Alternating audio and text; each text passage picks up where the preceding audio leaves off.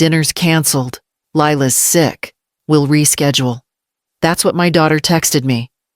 But that night, I saw her laughing at a restaurant table, my grandkids beside her, candles, glowing wine poured. They were celebrating without me. Then I saw the waiter swipe my platinum card, the one I gave her for emergencies only. I stood there, holding the gift bag she'd never see, and quietly turned back into the night. This is Last Goodbye. Today's story is about a mother who trusted her daughter with everything until a canceled dinner revealed months of betrayal hiding behind her own bank statements. I have changed the characters' names to protect their privacy. Have you ever faced something like this? Share your story below. I'm listening. I had just finished tying a ribbon around the cloth napkins when my phone rang. The screen lit up with Junie's name. I expected a cheerful check-in or maybe a request. Perhaps I'd be picking up dessert after all. Instead, her voice was clipped, her tone already leaning toward apology. Hey, Mom, I hate to say this, but Lila's not feeling great. Just started sniffling and said her head hurts. We think it's best to cancel tonight. We'll reschedule next week, promise. I stared at the table I had been fussing over all afternoon. Oh, I said, trying to keep my voice even. Of course. Poor thing. Tell her I hope she feels better soon. Junie thanked me quickly and hung up after a few vague words about how hectic the week had been. I stood still in the kitchen, napkins still in my hands, the little candles still unlit on the sideboard. I made myself a plate of leftover couscous and sat at the corner of the dining table eating slowly while my thoughts wandered. I wasn't upset, I told myself, just disappointed. Birthdays get simpler, with age less fuss, fewer people. But there's still something that lingers, a quiet hope that someone might try. I packed a small paper bag with the lavender soap and bookstore gift card I had meant to give Junie tonight. Maybe I'd drop it off at their house. No need to ring the bell, just leave it on the porch and keep moving. The route to their house curved past downtown, and as I approached the waterfront district, I slowed at the sight of soft yellow light spilling from tall windows. The restaurant we had reserved, Carlisle House, stood ahead, its valet sign swinging gently in the breeze. I hadn't planned to stop, but something tightened in my chest. I pulled into a parking space around the corner and walked up to the front. Just one look, I thought. Just to see.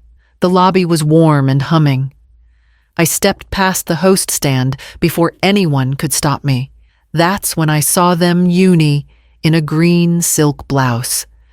Derek in his usual pressed flannel, the children flanking them, laughing over a dessert crowned with a flickering candle. My daughter leaned in toward the waiter, who swiped a silver card through the reader. My card. The same one she had asked to borrow just for emergencies months ago. I stood frozen. The laughter felt sharper now. I turned before anyone saw me and headed back toward the door. Ma'am, the host called behind me, recognizing my hesitation. Are you with the McKay party? They already checked in earlier. Your daughter said she'd be covering the bill. I didn't answer. I just stepped into the night.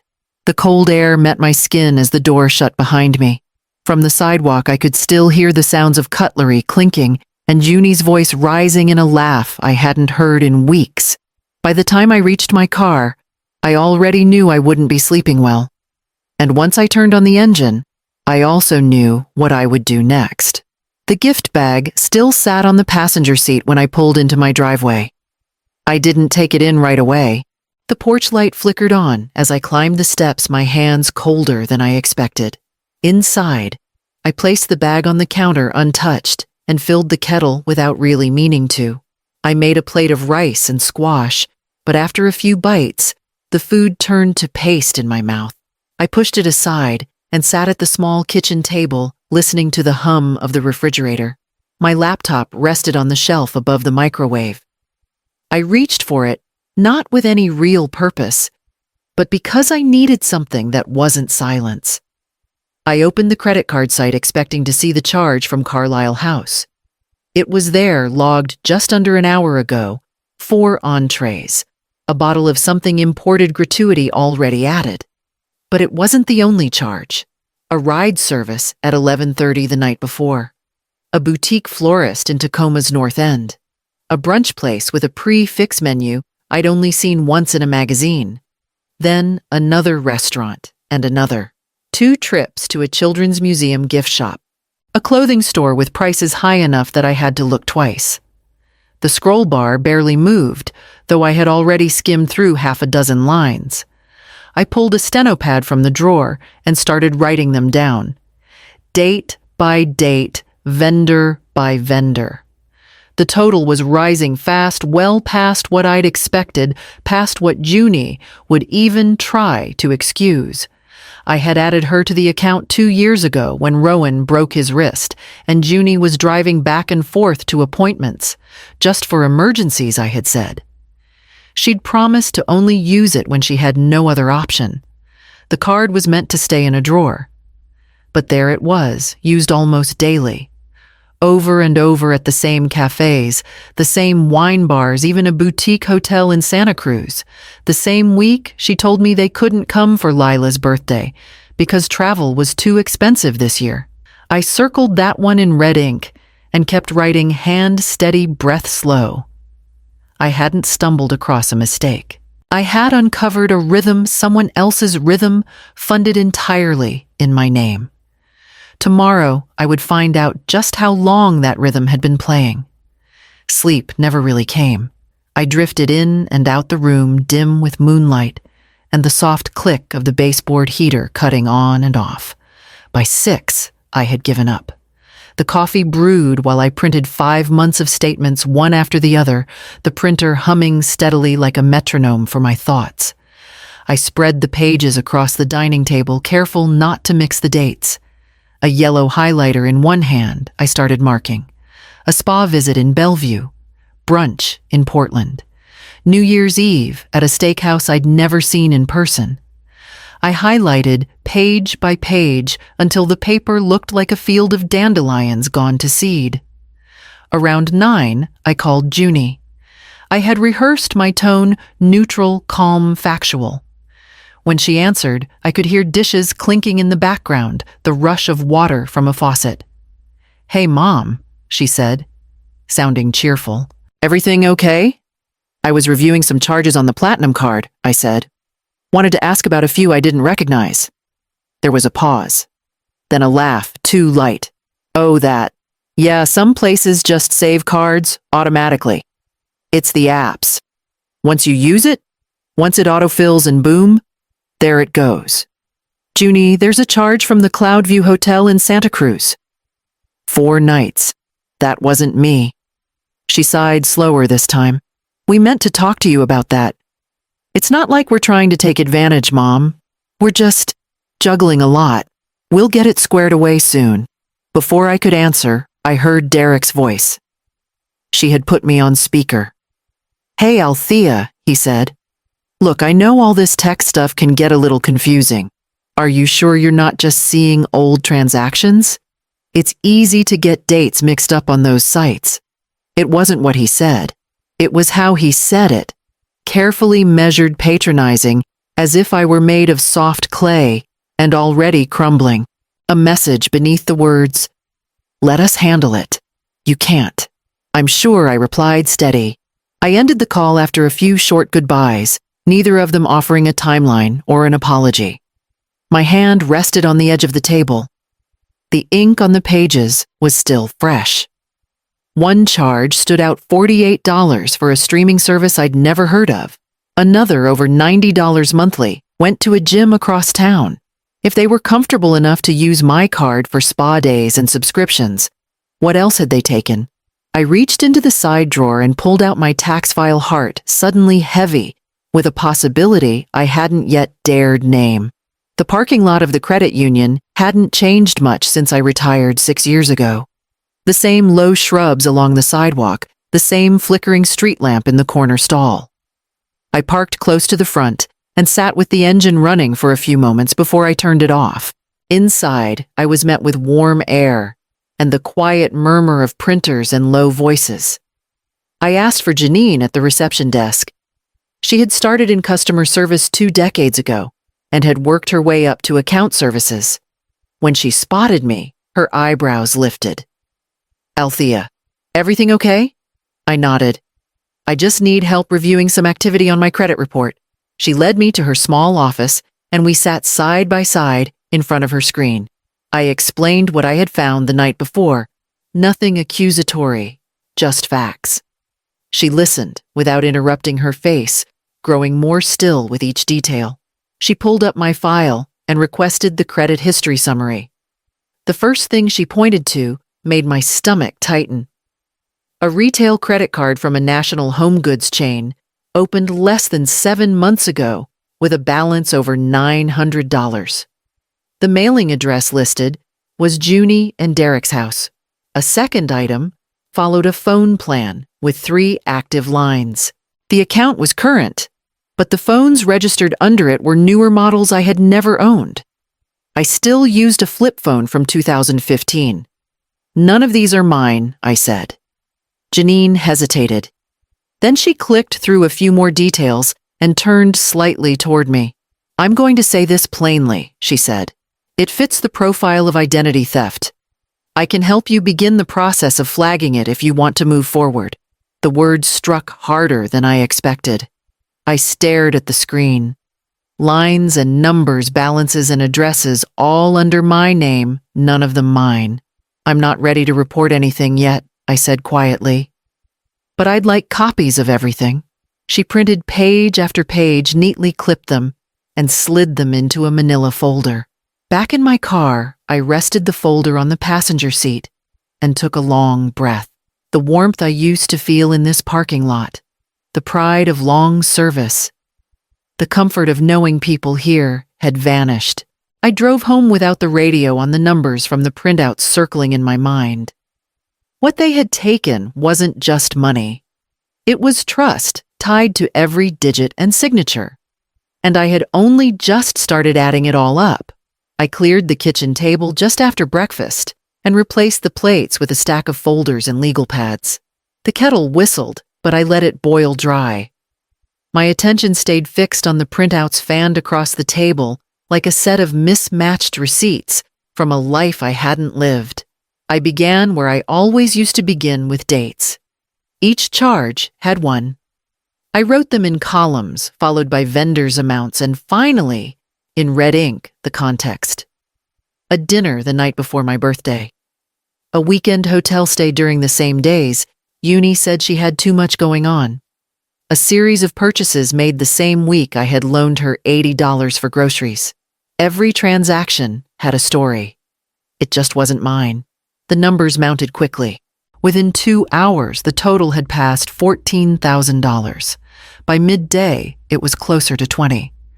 There were things I remembered: putting off a dental procedure, some work on the roof, because I had thought I needed to tighten my belt. All the while, someone else had been loosening theirs with my wallet. By late afternoon, I knew I couldn't carry this alone. I called Malik Henley's office and scheduled a consultation. Malik's firm operated out of a modest brick building not far from the city courthouse. He wore a dark gray sweater over a button-down shirt and didn't once look surprised as I walked him through the stack of evidence. He listened, nodding now and then, never interrupting. When I finished, he leaned back and folded his hands. "This is fraud," he said plainly. "Regardless of the relationship, this qualifies. The paper trail is clear. We can pursue restitution. I recommend we start with a formal invoice and repayment agreement. If they comply, we avoid escalation. If not, we have grounds to proceed." He advised I change my passwords, freeze the compromised card, and officially remove Junie from the account. He offered to help draft the invoice and oversee any communications going forward. I signed the retainer agreement before I left. My signature was firm, deliberate. By the time I got home, the air outside had turned cold. I wrapped the ledger pages in a rubber band and slid them into a folder marked simply with the letter M. It didn't change what had already been done, but for the first time since that night at the restaurant, I knew exactly what I was going to do next. The knock came just before noon, sharp and deliberate.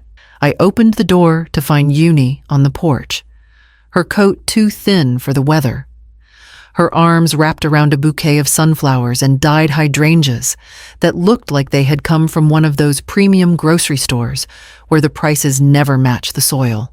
"Hi, Mom," she said with a breathy smile. "I thought we could talk." She stepped in before I could answer, pressing the flowers into my hands like a peace offering.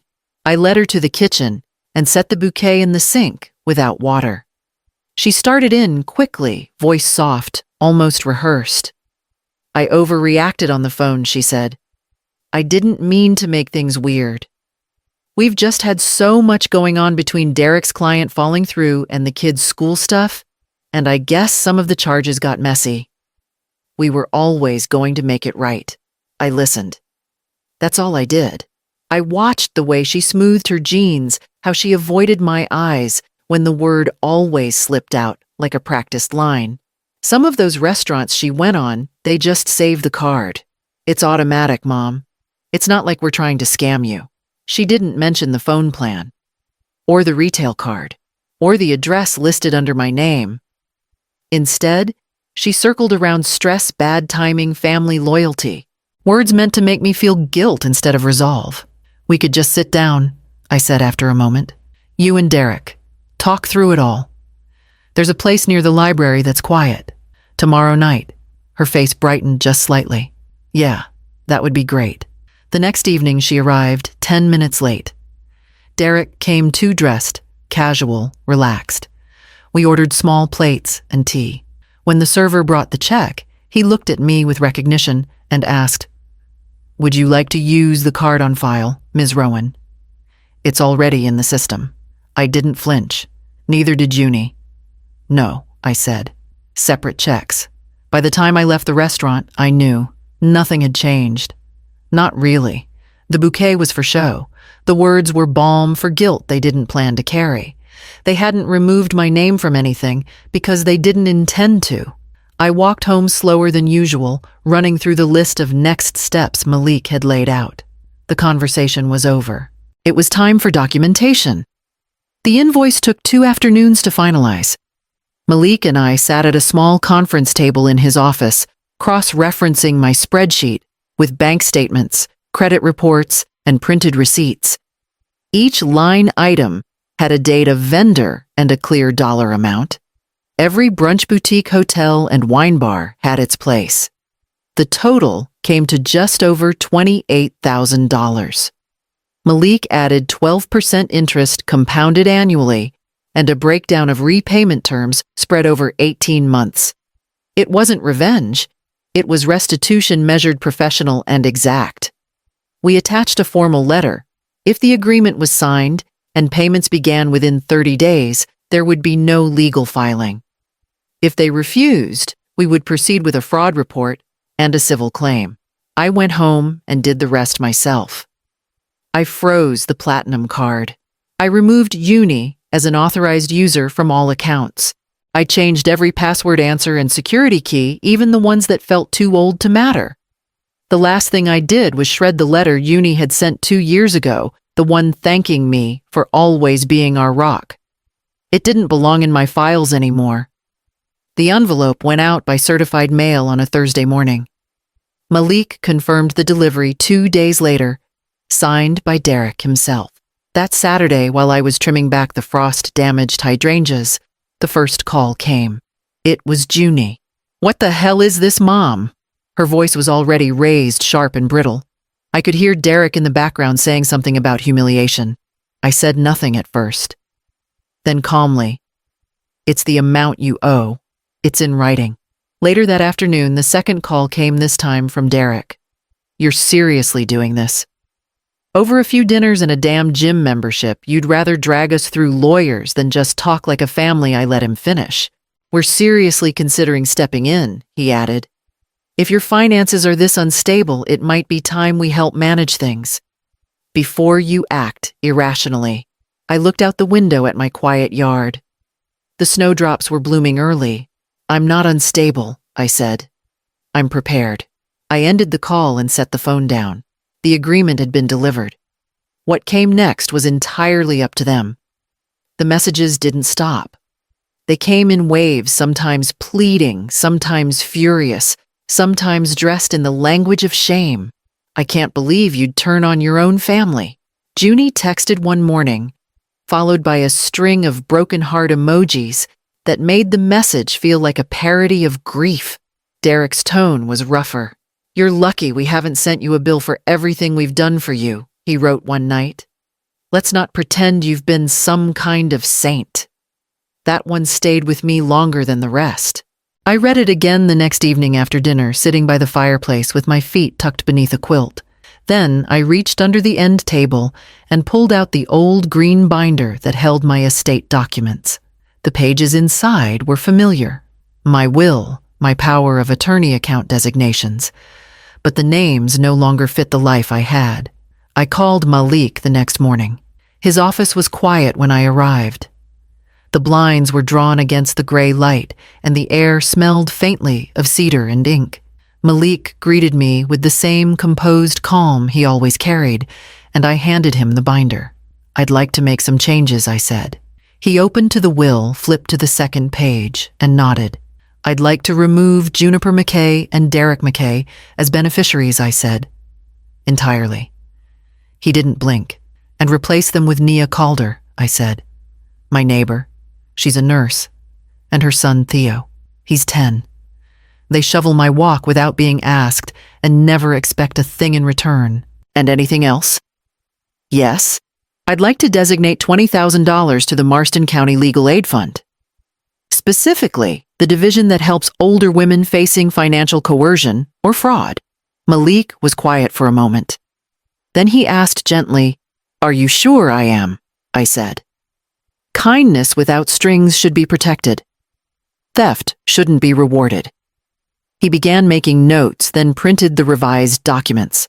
I read every word before signing. When my pen met the page, something inside me eased.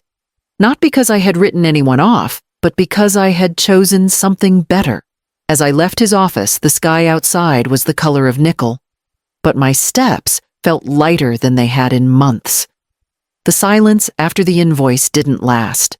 It filled with sideways conversations, vague comments from old family connections, and cautious phone calls that began with, just checking in. How have you been? My cousin Ruth called from Spokane and asked how the weather was before circling around to the real subject. I heard there's tension, she said carefully. I'm not asking for details. Just wanted you to know we're thinking of you. I thanked her, kept my voice steady. I didn't explain. I didn't argue. I told her only what mattered. I was protecting what I had built and no longer volunteering to be depleted. The days passed quietly. I spent afternoons with Nia and Theo. We folded laundry together, played dominoes, and made peanut butter cookies from scratch, the kind that left crumbs in all the corners of the counter. Theo asked me for help on his math homework and didn't notice when my voice wavered slightly, reading out fractions. There was comfort in that rhythm's small, honest moments that expected nothing more than presence. 3 days before the payment deadline, Uni called again. I recognized the number and let it ring twice before I answered. Her voice was thinner this time. No sharp edges. Just a slow breath, then a quiet start. I know we went too far, she said. I don't have an excuse. We were overwhelmed and we thought you'd always cover us. Like you always did. I let her speak. She apologized, sort of. The words were more about what they were facing now. Money stretched thin, Derek blaming her, the house feeling heavier. I listened, not with bitterness, but with clarity. I'm sorry, she said again. I hear you, I replied. But the agreement stays. So does the will. There was a pause on the line, long and hollow. She didn't argue. When we hung up, I didn't feel triumphant. I felt settled. It wasn't a reconciliation. It was an inventory, what remained, what was gone, and what was never coming back.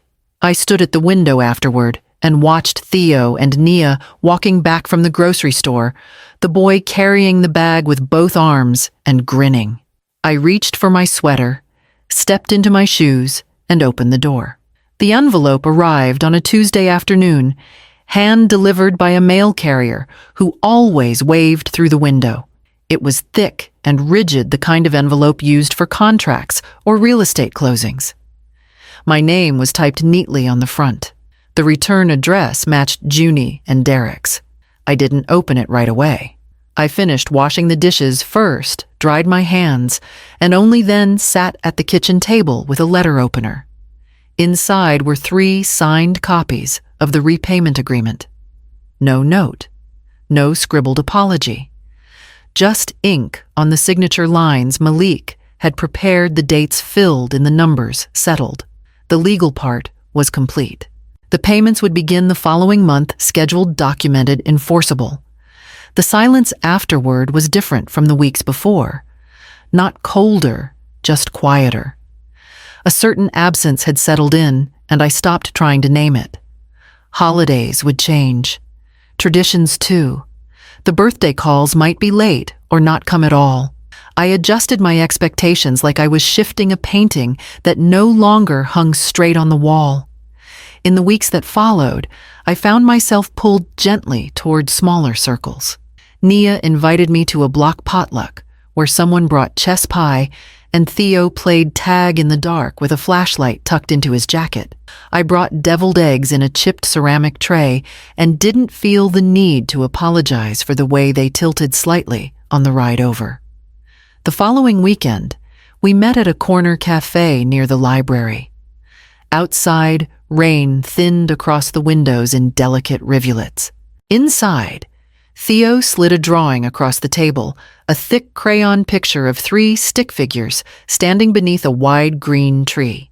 My name was scrawled above one of them in bright blue. The other 2 were Nia and him. At the base of the tree, he'd drawn a small gray cat curled in a sunbeam. When the check came, I reached for my wallet, then stopped. Nia had already covered it with a gentle nod. No performance, no tension. We stepped outside under her umbrella, and I tucked my arm through hers without a word. As we walked home, the drizzle soft against our coats, I understood something simple and whole. The account I had truly needed to close was never listed on any statement. It was the one where I believed love had to be earned through sacrifice paid for in silence. The balance finally was mine to keep.